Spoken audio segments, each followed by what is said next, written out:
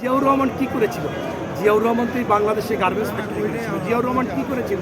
জিয়াউর রহমান এই বাংলাদেশের মানুষ জনশক্তি রপ্তানি করেছিল। জিয়াউর রহমান কী করেছিলেন?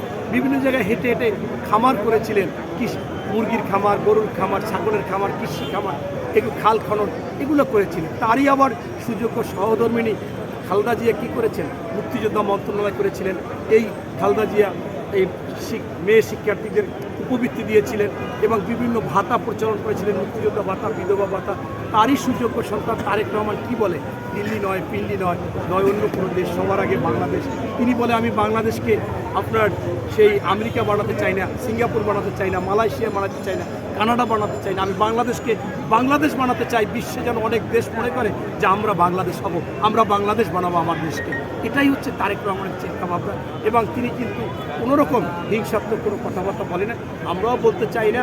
অনেকে আজকে বলতেছে যে চলো পোয়েজিং করে বেগম খালেদা জিয়াকে, এটা হওয়াটা স্বাভাবিক, কারণ তার মধ্যে তো অন্যদের মধ্যে হিংসা আছে যে কেন বেগম খালেদা জিয়া আপসীন, কেন বেগম খালেদা জিয়া গণতন্ত্রের মা, কেন বেগম খালেদা জিয়া তো দেশপ্রেমিক, কেন সারা বিশ্বের মানুষ তাকে পছন্দ করে। সে অসুস্থ, অ্যাম্বুলেন্স লাগবে, কাতার থেকে দেয়, দুবাই থেকে দিতে চায়, একাধিক রাষ্ট্র দিতে চায়, কারোটা ফেরত দিতে হয়। এটা তো অন্য কারো ক্ষেত্রে হয় না। এটাই হচ্ছে আমাদের খালেদা জিয়া, জিয়াউর রহমান এবং তারেক রহমানের বৈশিষ্ট্য। তারা কোনো হিংসায় বিদ্বেষ নাই, তারা অহংকার করে না, নিরহংকার, তাদের মধ্যে লোভ নাই।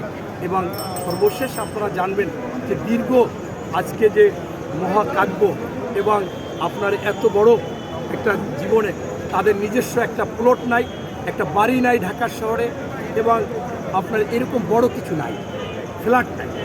এখনও খালেদা জিয়া ভাড়া ফ্ল্যাটে থাকে, তারেক রহমান একটা ভাড়া ফ্ল্যাট নিয়েছে। অথচ এরপর মানুষকে বুঝবে নির্বাচনে, আমি মনে করি বেগম খালেদা জিয়াকে যারা পছন্দ করবে, যদি বাংলাদেশের মানুষ বলে যে ধর্ম, বর্ণ, দলমত নির্বিশেষে বেগম খালেদা জিয়া হচ্ছে সকলের অভিভাবক, সকলের কাছে প্রতীক, তাহলে তারই সুযোগ্য সন্তান তারেক রহমান এবং তারই দল হচ্ছে বিএনপি, তারই মার্কা হচ্ছে ধানের শীষ। সেই ধানের শীষকে তো মানুষ ভোট দিবে।